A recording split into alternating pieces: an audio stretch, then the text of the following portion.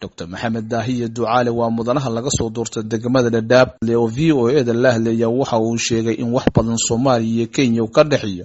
haatan ay ku jiraan wada hadalka arrimahaas iyo xasilooni ku soo celinta xaaladda cakiran ee Soomaaliya iyo Kenya. waxaan aaminsanahay wadanaha noo dhaxeeya anaga iyo Soomaaliya aad bay u badan yihiin xaggiya xaggaba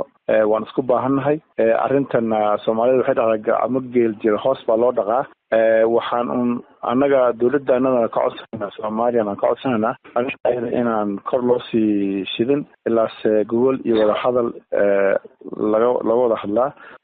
wax hadda khilaaf weyn oo lagu kala tagay inaysan ahayn baan u aragnay marka runtii dawladana arrinta ayada waan kala talnaa insha Allah. Dr. Daahiye iyo sidoo kale walaac ka muujiyo go'aan si waafi loo sii shaacinin oo dawladda dalkani Kenya ay ku dhiraandhinayso 6 bilood ee soo socda xariyaha qaxootiga Dadaab albaabada la isugu dhufto wuxuuna sheegay in shirki ka dhacay magaalada Addis Ababa ay hay'adda qaramada midoobay dawladda dalkani Kenya u gudbisay go'aan dawladda dalkani Kenya ay doonayso sida uu dhaqsiyaha badan albaabada la isugu dhufto qaxootiga taasina waxa uu sheegay in habacsanaan kale ay ku keeni karto xiriirka Soomaaliya iyo Kenya u dhaxeeyo. marka waan ognahay UN loo gudbiyo codsi xafiiska wasaaradda arrimaha dibadda Kenya oo ay leedahay waxaan doonaynaa qaxootiga xiriirka qaxootiga Dadaab in la xiro muddo 6 bilood gudaheed arrintaana markii aan sii baarnay warqadaas ayada weli ma helin koobigeeda laakiin waa loo qoray UN High Commissioner waxaana dawladda ay dilishanaysaa ay leedahay falalka argagixisada in laga soo abaabulo meesha dawladda Kenya waxaan ka codsanaynaa xiriirka qaxootiga hadii la doonayo in la xiro waa koow in horta laga bixiyaa dadka Kenyaanka ah oo faraha qaxootiga ku jira sababtoo ah waxaan aaminsanahay tirada faraha badan inay ku jiraan dad badan oo Kenyaan ah oo maarta u baahan inay la ogaado oo laga bixiyo oo sharciga dib loo siiyo wixii soo haray marka haddana wixii noqon rabana inay la celiyo wixii meel loo waayana caalamka kale loo codsaday inay dib u dejin loo subiyo laakiin qaxootiga waxaan leeyahay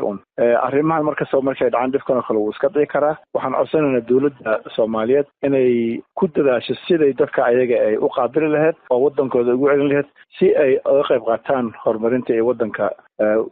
horsoodkiisa qayb uga qaataan. Ururada bulshada gudiyada nabadgelyada dalkani Kenya sidoo kale waxay ka digayaan hanaanka iyo hab u socodka wada hadal laga galo arrimaha dalka Soomaaliya iyo Kenya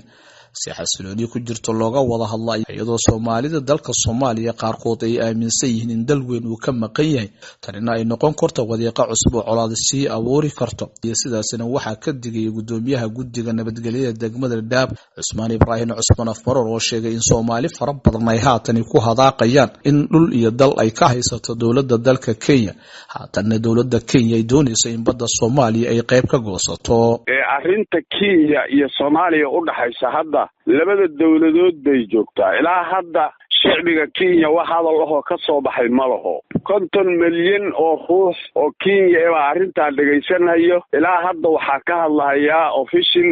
loo diray ama wasiirka arrimaha dibadda yaa ka hadlaya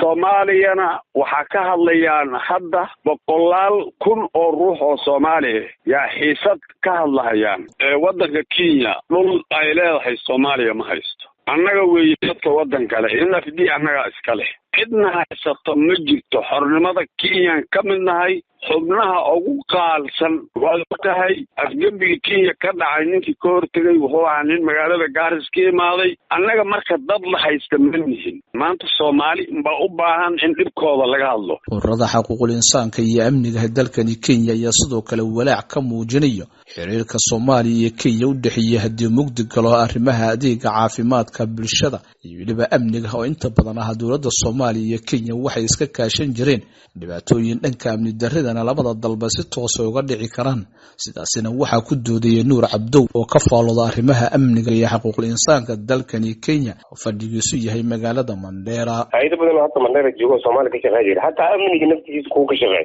qolooyinka la argagixisada ama xagjirnimeynta waxa jira hay'ado la wada shaqeeya Soomaaliya Kenya Ethiopia ka wada shaqeeyaan mashruucyada Mareykan iyo Europe asfaan gareey way jiraan waxyaalahan dhan hadday soo jiraan waxay dib u keenaysaa dadweynaha Kenya jooga iyo dadweynaha Soomaaliya jooga labada dhinacba. Marka waxaan ugu digi lahaynaa dawladaha labada dhinac inay ka wada hadlaan, waayo go'aankan dadweynaha kala leh, dadweynahana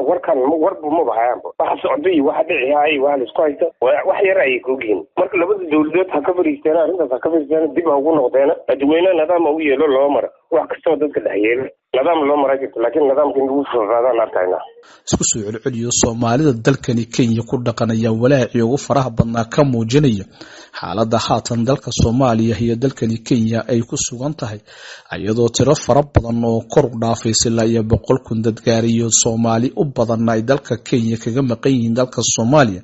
shaqooyin waaweyn ay ka hayaan. taasina ay noqonayso walaac fara badan oo dhaqaale darri ku keeni karto qoysas fara badan oo Kenyaankana baraha bulshada iyo telefishinada dalkani Kenya ay isku dhaafsanayaan hadalla aad u sii kala fogeyn kara Soomaaliya iyo Kenya. Maxamed Faarax Shire, VOA, Garissa.